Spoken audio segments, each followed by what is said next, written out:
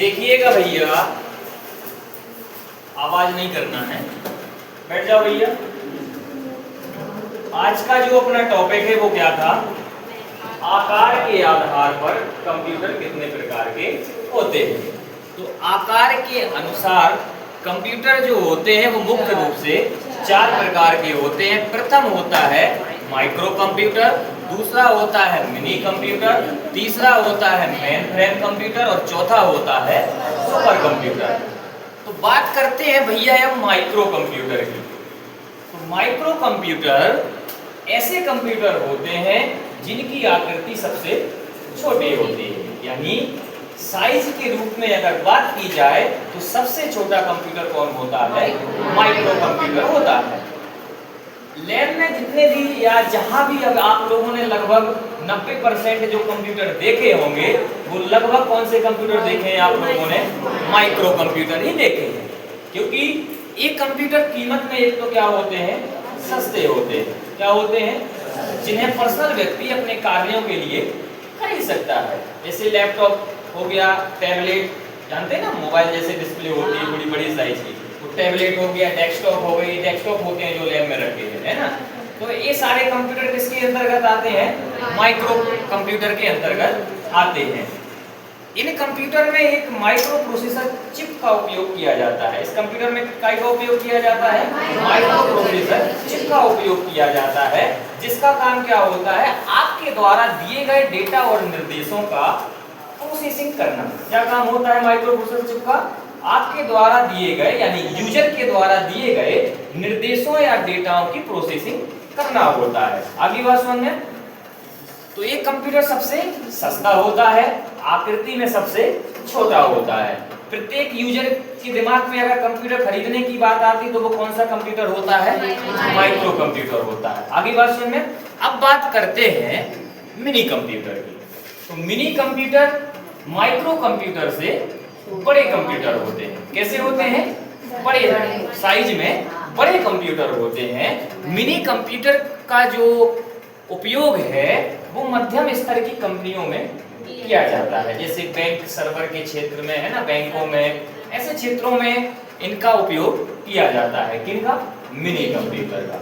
क्योंकि mini computer में आपने माइक्रो कंप्यूटर में देखा होगा, क्योंकि लगभग सभी कंप्यूटर में माइक्रो कंप्यूटर को देखा है। तो आप बताएंगे कि माइक्रो कंप्यूटर में क्या एक साथ 2 व्यक्ति काम कर सकते? क्या नहीं कर सकते हैं। लेकिन मिनी कंप्यूटर में एक साथ एक से अधिक यूजर बैठकर काम कर सकते हैं। क्यों कर सकते हैं?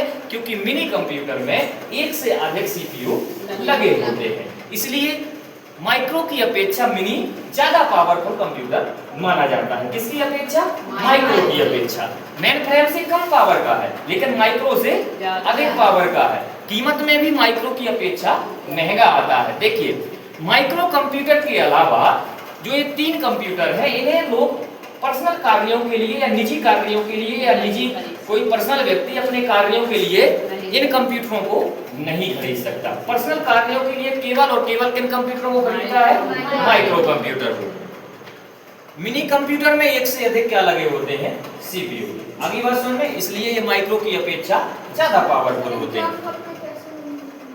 इसका एग्जांपल, हाँ, इसका एग्जाम्पल आपको बड़े बड़े बैंकों की शाखाओं में मिलेंगे। मध्यम स्तर की कंपनियां, जैसे कोई कंपनी है, मान के चले चिप्स बनाने वाली कंपनी है, या फिर LIC कंपनी, जानते हैं ना, बीमा करने वाली, इनके ऑफिसों में आप जाएंगे तो वहां पे आपको इनके एग्जाम्पल मिल सकते हैं। आप हॉस्पिटलों में जाएंगे तो वहां पे जहां पे ज्यादा फास्ट स्पीड से डेटा की प्रोसेसिंग करने की आवश्यकता हो,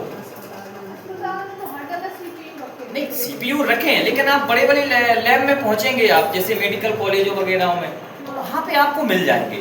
आज के टाइम पे क्या होते हैं, कर्मचारियों की संख्या बढ़ा दी अपन ने, अलग अलग डेस्कटॉप अलग अलग दे दिए, तो जिस वजह से, क्योंकि ये कंप्यूटर क्या आते हैं? सस्ते आते हैं। भाई जो सस्ते आएंगे, ज्यादा आ जाएंगे, तो हम ज्यादा एम्प्लॉय को प्रदान करा देंगे। तो इस वजह से क्या, हाँ, बड़े कार्यों के लिए होता है। आगे बात समझ में। तीसरी बात करते हैं मेन फ्रेम कंप्यूटर की। तो main frame computer mini computer की अपेक्षा ज्यादा पावरफुल माना जाता है। इन कंप्यूटरों में सैकड़ों यूजर एक साथ बैठकर काम कर सकते हैं। किसमें? मेन फ्रेम में सैकड़ों, यानी लगभग 100 से अधिक यूजर भी एक साथ बैठकर काम कर सकते हैं। किसमें? Main frame. Main frame computer का उपयोग बड़ी स्तर की कंपनियों में किया जाता है। जैसे मान के चलें सबसे ज्यादा गणनाओं का क्षेत्र मान के चलें, आरबीआई का हेड ऑफिस मान लें, जहां नोट छपते हैं, जहां पूरे देश की करेंसी का हिसाब किताब रखना है। तो ऐसे बड़े बड़े क्षेत्रों में या बड़ी स्तर की कोई कंपनी है, मान के चलें माइक्रोसॉफ्ट कंपनी है अमेरिका की, तो ऐसे स्थानों पर इन कंप्यूटरों का उपयोग किया जा सकता है जहां पे एक साथ एक स्क्रीन पर बैठकर कई लोगों को काम करना है। जैसे कुछ अनुसंधान वगैरह है जो परीक्षण करते हैं मौसम की जानकारी के लिए, है ना, लेकिन ज्यादातर अनुसंधानों के क्षेत्र में सुपर कंप्यूटर का उपयोग किया जाता है। बाकी इनका भी उपयोग कर सकते हैं क्योंकि सबसे ज्यादा पावरफुल कंप्यूटर कौन है?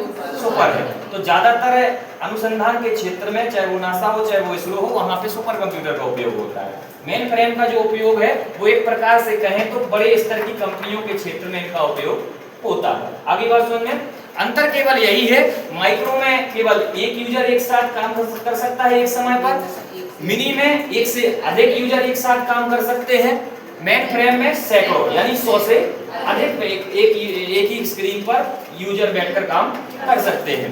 अब बात करते हैं भैया सुपर कंप्यूटर की।